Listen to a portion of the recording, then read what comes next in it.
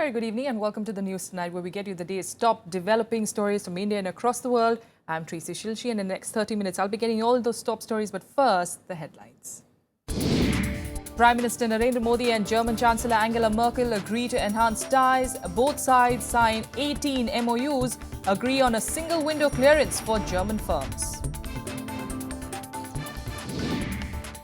On a day when the High Court ban on beef sales sparks protests in Jammu and Kashmir, the Supreme Court suspends controversial order for 2 months, directs 3-judge panel to resolve the conflicting orders.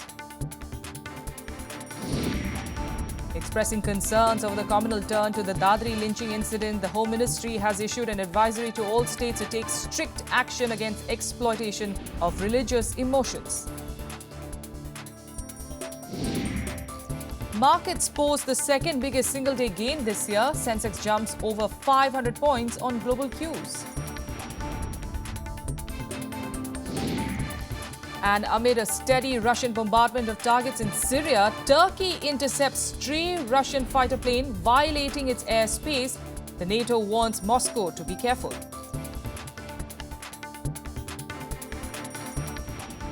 Our top story this evening, German Chancellor Angela Merkel began her 3-day visit to India today. After her meeting with Prime Minister Narendra Modi, the two sides signed 18 MOUs. India and Germany have agreed to enhance ties in several key areas, including defense manufacturing, trade, intelligence and clean energy. Here are the details. To further strengthen Indo-German bilateral ties, Chancellor Angela Merkel began her visit to India today. She held wide-ranging talks with Prime Minister Narendra Modi in Delhi. The two leaders will continue their consultations in Bengaluru tomorrow, where they will attend a business summit. I believe that in a world of seamless challenges and opportunities, India and Germany can also be strong partners in advancing a more human, peaceful, just and sustainable future for the world. We have a rich history of engagement. We share values, comfort in our relations, and a sense of responsibility to the world. The two sides have signed 18 memorandums of understanding covering a wide range of areas, including defense manufacturing, trade, intelligence and clean energy. Both leaders expressed hope that their discussions would pave the way for a more robust partnership. German response to our development agenda is very encouraging. We can look forward with confidence to increase investment, trade and technology partnerships in manufacturing infrastructure and skill development. German engineering and Indian IT skills can create the next generation industry that will be more efficient, economical and environment friendly. The pacts signed include a joint declaration of intent between the HRD Ministry and the Federal Foreign Office of Germany. The two sides also announced setting up a fast-track system for German companies in India. The approvals process will ensure that German firms will have a single point of contact in the Indian administration. Große Zielsetzungen gesetzt, die noch mehr Firmen aus Deutschland einladen, und die deutschen Firmen werden das sicherlich sehr intensiv aufnehmen. Und ich möchte mich bedanken, dass wir dieses Fast-Track-Abkommen heute hier unterschreiben konnten, damit die Beratung und die Schnelligkeit der Genehmigungserteilung einfach für mittelständische Firmen sich auch verbessert. Und wir halten das für einen sehr wichtigen Punkt. 1,600 German companies in India and growing in number will be strong partners in creating a global workforce in India. Germany will also provide assistance of over 1 billion euros for India's green energy corridor and solar projects. The Prime Minister also thanked Merkel for Germany returning the 10th century statue of Durga. With inputs from Akhilesh Suman, Bureau Report, Rajya Sabha Television. And earlier, the German Chancellor was given a ceremonial welcome at Rashtrapati Bhavan. Merkel is accompanied by a high-level delegation comprising cabinet ministers and business leaders. She was welcomed at the Rashtrapati Bhavan by Prime Minister Narendra Modi. She was also given a guard of honor. During the visit, the two sides sought to boost strategic ties. Germany is India's largest trading partner in the European Union and the 7th largest foreign investor in India. Merkel also met External Affairs Minister Sushma Swaraj ahead of her talks with the Prime Minister. Swaraj also met her German counterpart, Frank-Walter Steinmeier. The German Chancellor will head to the IT hub, Bengaluru, tomorrow to attend a summit involving Indian and German businessmen. And for more on this story, we're joined by Pramit Pal Chaudhary, who's a foreign affairs editor at the Hindustan Times, joining us from the capital. Pramit, thanks so much for joining us on the news tonight again. What, according to you, would you say were the key highlights of their meetings today, and vis-a-vis, of course, those 18 MOUs as well? Well, the key point is that Germany, as you know, is economically the most powerful European nation. It is technologically one of the most advanced nations in the world. And therefore, it matches, it fits in very neatly with a large number of Prime Minister Narendra Modi's domestic priorities. For example, Make in India. Germany is one of the great manufacturing centers of the world, the world's second or the first largest exporter most years. It is a renewable energy, source of renewable energy technology. So it fits in very nicely with his green energy program. It's a world leader in vocational training. So that fits in with his skills development. The list goes on and on. There are few countries, very few countries in the world that can match or fit in so neatly with so many of Narendra Modi's domestic priorities as Germany does. You mentioned the Make in India project, Pramit, but a lot of reports had in fact claimed that this is one project which Germany was still a bit iffy about, not very sure as to, not very convinced as to whether it should be putting its money here. Do you think the meetings today has in some way, assured the Chancellor, the German Chancellor, that, business is going to get easier? Well, ultimately it's the German private sector that makes a decision whether or not they come to India on a purely commercial basis. So what Merkel does by meeting Modi is reassures any German company that one, there's a high degree of comfort at the highest political level between the two countries. And it also allows Merkel to communicate any of the concerns that German companies have regarding India as a business environment. And their concerns are largely the same as almost any other company, including Indian companies, that your taxation laws need to be simplified and rationalized. Your land acquisition policies need to be made simpler or at least easier to understand. It will be very useful if you carry out labor reforms because at present India is uncompetitive in labor-intensive manufacturing. Despite all of the problems that we still provide for manufacturers in India, Germans have invested $8 billion, over $8 billion in India already. And almost every major German manufacturer has some presence or some variety in India. Obviously, if we can simplify and make it easier for them to come, then that investment can be increased quite rapidly. And that's why the single window clearance is one of the means by which it can be made easier, which is that even while Modi is carrying out his ease of doing business policies, we'll make it simpler for you by just going to one place to get all your various clearances in one go.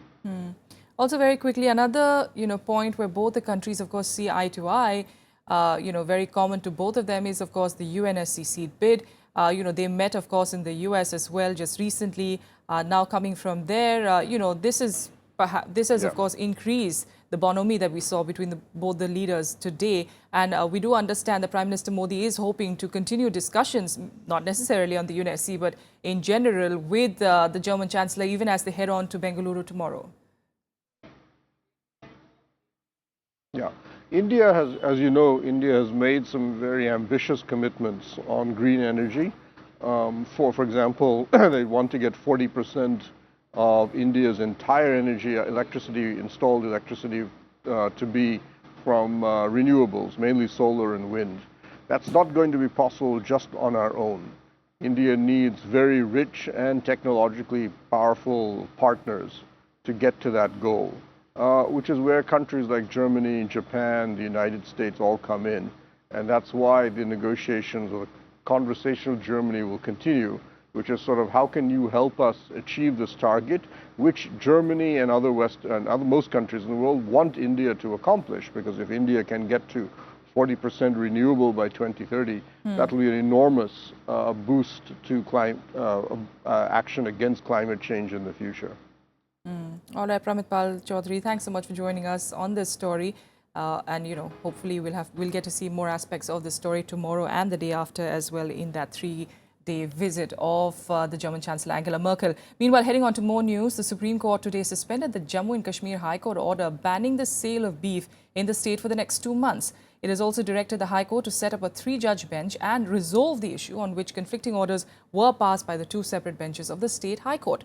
The issue of beef ban has also caused uproar in the Jammu and Kashmir Assembly on Monday. A controversial court order banning the sale of beef in Jammu and Kashmir has been suspended by the Supreme Court for 2 months. The Jammu and Kashmir High Court order had sparked outrage and led to protests in large parts of the Kashmir Valley. It has now been kept in abeyance by the Apex Court, which has also asked the State High Court to form a 3-judge bench to examine the validity of penal provisions that bans the sale of beef in the state.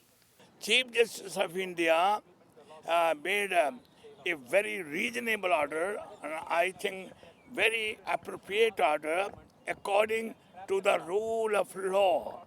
And the order was very simple. Chief Justice requested the Chief Justice of Jammu and Kashmir to constitute another bench of 3 judges at Srinagar, and both these writ petitions filed at Jammu and filed in Srinagar shall be heard by that bench, and till that bench is constituted, order made in Jammu shall be kept in abeyance. The Supreme Court order comes after conflicting orders on the issue were passed by the Jammu and Kashmir High Court. On the 8th of September, the Jammu bench of the High Court had asked the state police to enforce ban on slaughtering of cattle and sale of beef in the state in pursuance of the Ranbir Penal Code provisions. But a week later, the Srinagar bench of the High Court issued a notice challenging the validity of these provisions. Just hours before the Supreme Court order, the issue rocked the Jammu and Kashmir legislature. Opposition parties raised slogans and termed the ban an interference in religious matters.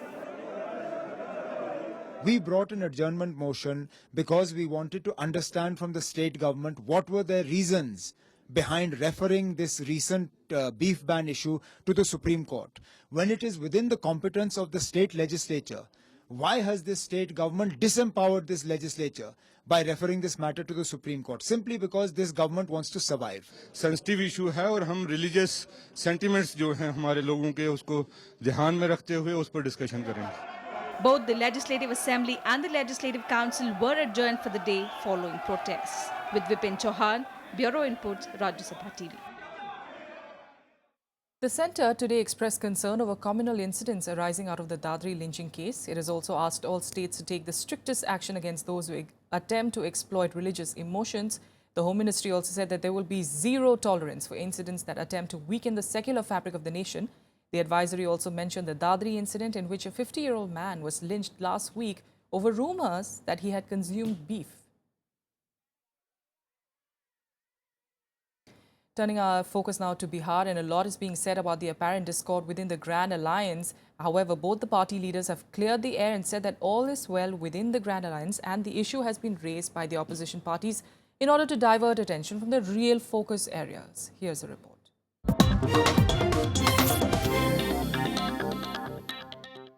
Lalu Prasad Yadav, who had skipped Rahul Gandhi's first election rally in Bihar last month, said that he will not campaign alongside Congress President Sonia Gandhi for the Bihar elections.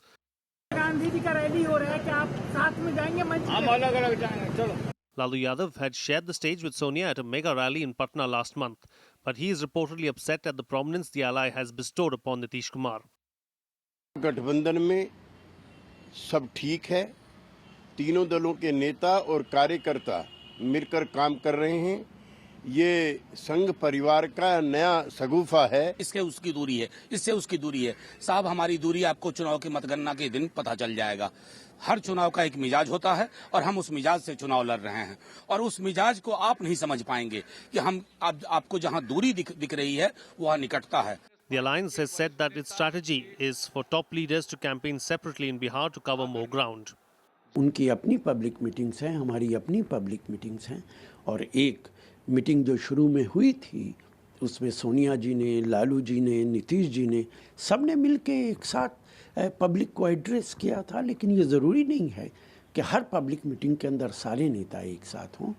There seems to be some discord in the Grand Alliance, but for now the leaders are trying to put on a united front. Bureau Report, Rajya Sabha Television.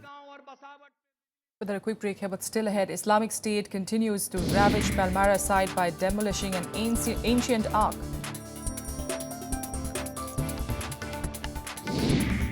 And Nobel Prize for Medicine goes to William Campbell, Satoshi Omura and Yoyu Tu for their work against parasitic diseases.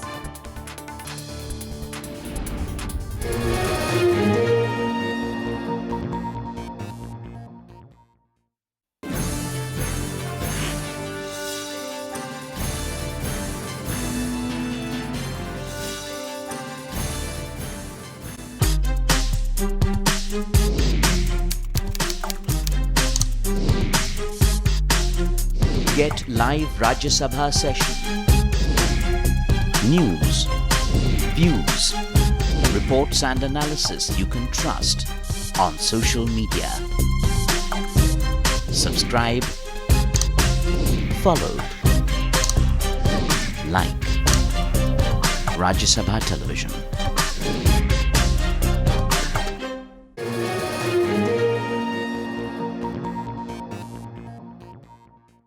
Welcome back. Let's now get you some more national news. And the civic polls in Bengal has turned into a flashpoint between the ruling Trinamool Congress and the BJP.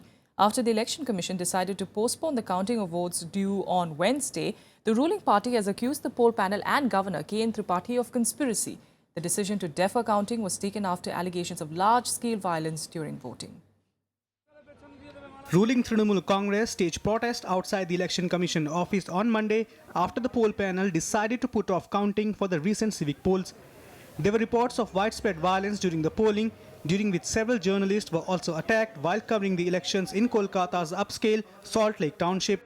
I বিশ্বাস করি যে কোনো সাংবিধানিক body, nobody should try to influence the সাংবিধানিক body to mold the decision in his or her favor. I believe in that. Earlier on Saturday, opposition parties Left Front, BJP and Congress had alleged of rigging, booth capturing and violence by outsiders during the polls. They moved the poll panel to take stern action against the perpetrators. Election commission को धन्यवाद देते हैं। उन्होंने एक historical step लिया जिस step से बंगाल का कम से कम जनतंत्र में जो खतरा पैदा हुआ था, इस खतरा टल गया। और आखिरी में जो मैं इलेक्शन कमीशन को कहा, 19 मीडिया का कार्यकर्ता बुरी तरह से घायल है। हम उसको किसी भी हालत से मानने के लिए तैयार नहीं है। But TMC has put the onus on Election Commission to conduct free and fair elections. It has also questioned the role of Governor K.N. Tripathi, who has been accused of bias. But when Governor and the EC indulges in this kind of seedy, dirty politics, then it is very, very unfortunate. Because we believe that in the last 4.5 years, Mamta Di's focus, the government's focus has been on development, development, development.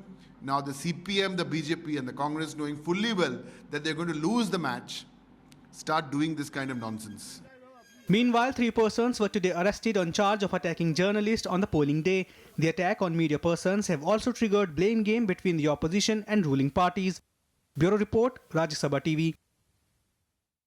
In other news, markets saw a major surge on Monday, hitting a 2-month high on global cues. The Sensex rose by more than 500 points as concerns of the U.S. Fed rate hike subsided over weaker than expected U.S. jobs report. The Sensex has now rallied over 1,000 points in the last 4 sessions to make up for the major losses that we suffered last month. Meanwhile, the Nifty also rose by more than 2% and regained the 8,100 level. Both the indices posted their biggest single-day gain since January 15th. With that, let's take you through some more national news updates in Nationwide. 4 Jawans were killed today in a fierce gun battle with militants in a forested area in North Kashmir's Kupwara district. A militant was also shot dead in a separate encounter in the district. The army launched 2 operations in the Hafez and Kursun Dolab after receiving information about the presence of militants there. A curfew has been imposed in parts of Varanasi, which is Prime Minister Narendra Modi's constituency. This comes after protesters clashed with the police following police action on a religious procession during the immersion of Ganesh idols on the 22nd of September. The government has collected over 4,100 crore rupees during the 90-day black money disclosure compliance window. This amount is higher than the previously announced amount of 3,770 crores. The one-time 90-day compliance window provided an opportunity to foreign assets holders to declare their assets, pay a penalty and escape stringent provisions of the new black money law. A Delhi court today extended AAP MLA Somnath Bharti's judicial custody in a domestic violence and attempted murder case till the 19th of October. Meanwhile, Bharti's estranged wife has told the Supreme Court that she was not ready to undergo mediation with him. Our international news now in Russia today said that Turkish airspace violation in Syria was a mistake and that it respects the Turkish borders. This as Turkey said that it intercepted a Russian jet that violated its airspace over the weekend. The Russian ambassador was summoned by Turkey to discuss the issue. Meanwhile, the NATO Secretary General Jens Stoltenberg warned Russia over its unacceptable violation of the Turkish airspace. Here's more from what's turning out to be currently the world's most deadly theatre of war. A week after the Turkish president warned the Russian intervention in Syria, his air force intercepted a Russian plane crossing its airspace. Turkey called in the Russian ambassador to condemn the invasion. NATO also warned Russia over the incident, while Secretary General Jens Stoltenberg met the Turkish foreign minister in Brussels. NATO will soon convene a meeting of the North Atlantic Council to discuss the escalating crisis in Syria. However, Russia said that the Turkish airspace violation was a mistake. Russia's actions are not contributing to the security and the stability of the region. I call on Russia to fully respect NATO airspace and to avoid escalating tensions with the alliance. I urge Russia to take the necessary steps to align its efforts with those of the international community in the fight against ISIL. Russia finds itself cornered from all sides, not just the West and its allies, but also the Syrian opposition. Britain is telling Russia it cannot fight the Islamic State and support Assad at the same time. Syrian rebel leaders say that Russia's backing for Assad is fueling extremism in Syria. But if Russia wants to fight ISIL, it cannot at the same time support Assad. Because Assad, with his barrel bombs and his chemical weapons and his wholesale slaughter of civilians, is the recruiting sergeant for ISIL. And Russian support for him will drive the opposition in Syria into the arms of ISIL. Assad claims a year of US-led coalition strikes have only spread terrorism further. He says the fate of the Middle East hangs on the military campaign by Russia, Syria and its allies Iran and Iraq. إلا فنحن أمام تدمير منطقة بأكملها وليس دولة أو دولتان. ونحن لدينا ثقة بهذا الشيء. طبعا ما ذكرته من خلال دعم الدول الأخرى للمنظمات الإرهابية لا شك بأنه سيجعل ثمن. On the ground, Syrians in Aleppo protested against the Russian airstrikes. Already torn apart by civil war, Syria is plunging into a quagmire with West and Russia deeply divided over the fate of Assad and its fight against the Islamic State. Bureau Report, Rajya Sabha TV. Meanwhile, the Islamic State militants have blown up the iconic Arch of Triumph in the ancient city of Palmyra in Syria, the latest in its series of attacks. The monument was built 2,000 years ago and was one of UNESCO's World Heritage Sites. UNESCO said that the group is guilty of cultural cleansing as they destroyed the famous archaeological site. UNESCO also called on the international community to stand united against ISIS's attempt to wipe out evidence of the Syrian history. The terror group has already destroyed 2 ancient temples at Palmyra just a month before. Meanwhile, the Nobel Prize for Medicine this year went to William Campbell and Satoshi Omura and Yu Tu for their work against parasitic diseases. The Nobel Assembly in Sweden said that the 2 discoveries have provided powerful new means to combat these diseases that affect millions annually. Tu was awarded for discovering artemisinin, a drug that has significantly reduced the mortality rates for patients suffering from malaria. Meanwhile, Irish-born Campbell and Japanese Omura won the other half of the prize for discovering a new drug, ivermectin, that has helped the battle against river blindness and lymphatic filariasis, as well as showing effectiveness against other parasitic diseases. Medicine is the first of the Nobel Prizes awarded each year. The winners will share the 8 million Swedish krona prize money, with one half going to Campbell and Omura and the other to Tu. And that's all we have for you on the news tonight. Thanks so much for joining us.